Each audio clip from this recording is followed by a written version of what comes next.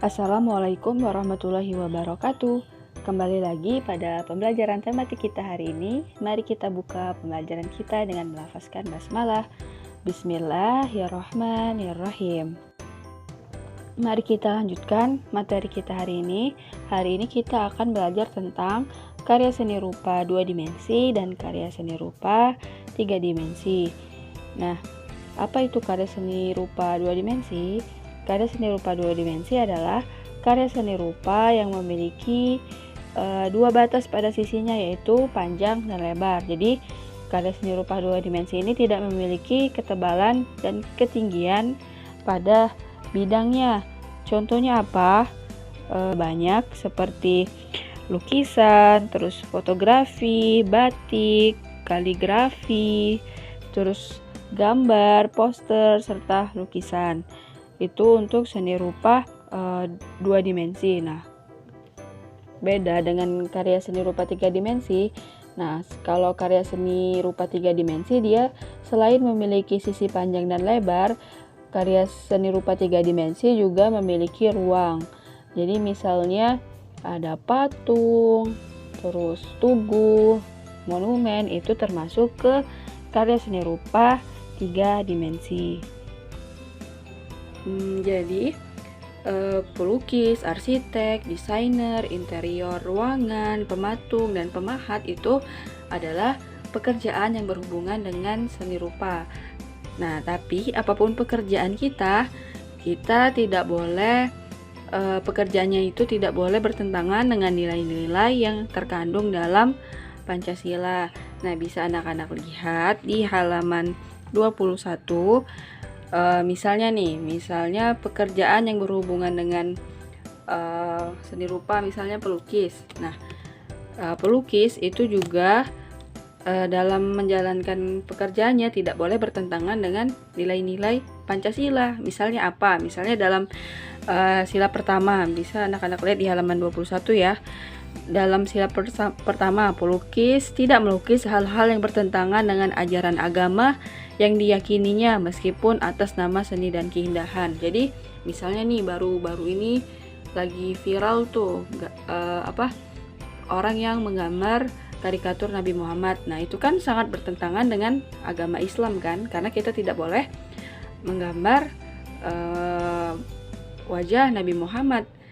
Nah, makanya ketika kita jadi pelukis, misalnya nanti anak-anak cita-citanya menjadi pelukis, anak-anak tidak boleh menggambar sesuatu yang dilarang oleh ajaran agama, baik agama yang dia yakini maupun agama orang lain. Maka akan terciptalah saling menghormati dalam agama. Oke, yang kedua, makna sila kedua, misalnya dia seorang pelukis, dia tidak menjiplak karya orang lain atas nama diri sendiri. Misalnya ada sebuah lukisan, itu ciptaan orang lain, tapi diakui sebagai buatannya atau karyanya, itu tidak boleh. Yang ketiga, tidak membuat lukisan yang provokatif dan dapat memecah belah persatuan bangsa. Terus yang keempat, menghargai pendapat orang lain terhadap karyanya dan tidak memaksakan bahwa karyanya yang paling bagus. Kayaknya udah cukup jelas ya di sini. Jadi misalnya dia seorang pelukis, dia tidak boleh egois, tidak boleh mau menang sendiri, memaksakan bahwa karyanya yang paling bagus, sedangkan karya orang lain itu direndahkan atau dicibir. Itu tidak boleh ya, karena bertentangan dengan Pancasila. Dan yang kelima, berupaya terus untuk mengembangkan ide-ide kreatif dalam berkarya. Jadi itulah contoh pengamalan Pancasila untuk seorang pelukis, pekerjaan pelukis. 22 itu ada teks tentang pencaksilat ya, tentang pencaksilat. Silakan anak-anak baca ya, baca sendiri aja. Ini teksnya di halaman 22. Nanti Umi tanyakan soal-soalnya di pertemuan Zoom besok. Mari kita lanjutkan materi kita di halaman 23 tentang melestarikan sumber daya alam. Sumber daya alam itu wajib kita jaga. Nah, rusaknya lingkungan dan sumber daya alam itu sebagian besar disebabkan oleh ulah manusia yang tidak bijaksana dalam memanfaatkannya. Berikut ada 3 cara untuk melestarikan sumber daya alam. Yang pertama, menggunakan sesuai kebutuhan. Jadi, sumber daya alam sebaiknya dimanfaatkan sesuai dengan kebutuhan, terutama sumber daya alam yang tidak dapat diperbaharui. Jika penggunaannya berlebihan, maka di masa depan kita akan merasakan akibatnya berupa kelangkaan sumber daya alam. 2. Tidak merusak lingkungan. Merusak lingkungan dapat mengakibatkan sumber daya alam hancur dan tercemar, sehingga ekosistem akan terganggu. Air limbah atau sampah yang dibuang ke sungai akan menyumbat aliran sungai, sehingga menimbulkan banjir. Ketiga, mencari sumber daya alam alternatif. Sumber daya alam itu akan habis. Karena itu, manusia berkewajiban untuk mencari sumber daya alam alternatif sebagai penggantinya, misalnya matahari, air, angin. Nah, itu merupakan salah satu contoh sumber daya alternatif yang dapat kita manfaatkan. Untuk menjaga alam, kita dapat melakukan hal-hal berikut ini. 1. Melarang penebangan pohon secara liar. 2. Melarang perburuan binatang secara liar. 3. Melakukan reboisasi atau penanaman hutan kembali. 4. Membuat cagar alam dan suaka marga satwa. 5. Mengendalikan erosi. Dan 6. Kita dapat memberikan pengertian yang baik tentang lingkungan kepada seluruh lapisan masyarakat agar kita bisa bersama-sama menjaga lingkungan dengan baik. Selanjutnya di halaman 25 juga ada percakapan di siklus pembelajaran 2. Percakapan antara Alung, Dino, sama Ferdi. Nah, silakan anak-anak baca juga di halaman 25 sampai halaman 26 ya percakapannya. Dibaca terlebih dahulu, nanti Umi tanya lagi pada pembelajaran Zoom besok. Terus di halaman 27 itu ada cerita tentang Pak Kirman, polisi yang jujur. Kita baca sama-sama ya. Jadi, Pak Kirman adalah seorang polisi lalu lintas. Pagi hari, Pak Kirman sudah berangkat ke tempat kerja.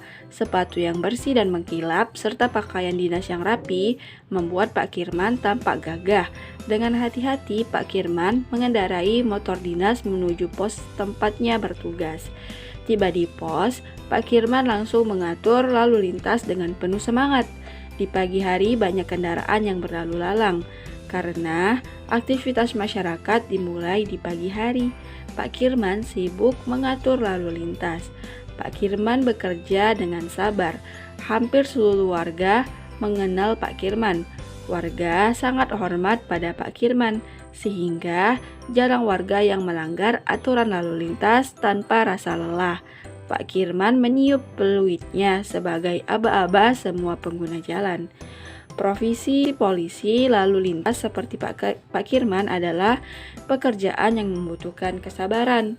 Polisi lalu lintas bertugas menjaga ketertiban di jalan raya, tapi ada saja masyarakat yang menggunakan jalan raya sesuka hati mereka. Tentu saja kalau ada yang melanggar aturan lalu lintas, Pak Kirman akan menilangnya. Meskipun banyak orang yang terkena tilang berniat untuk memberikan sogokan supaya tidak ditilang, tetapi Pak Kirman dengan tegas menolaknya. Pungli adalah suatu yang tercela. Orang yang melakukan pungli, baik pemberi ataupun yang diberi, keduanya bukan orang yang jujur.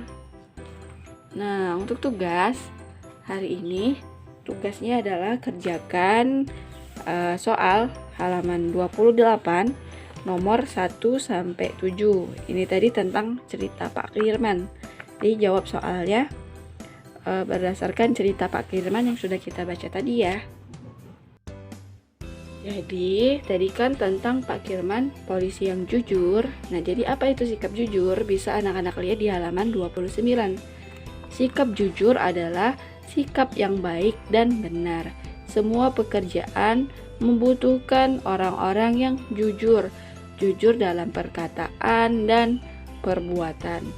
Jadi ini ada contoh sikap jujur ada di sekolah, di keluarga, dan di masyarakat.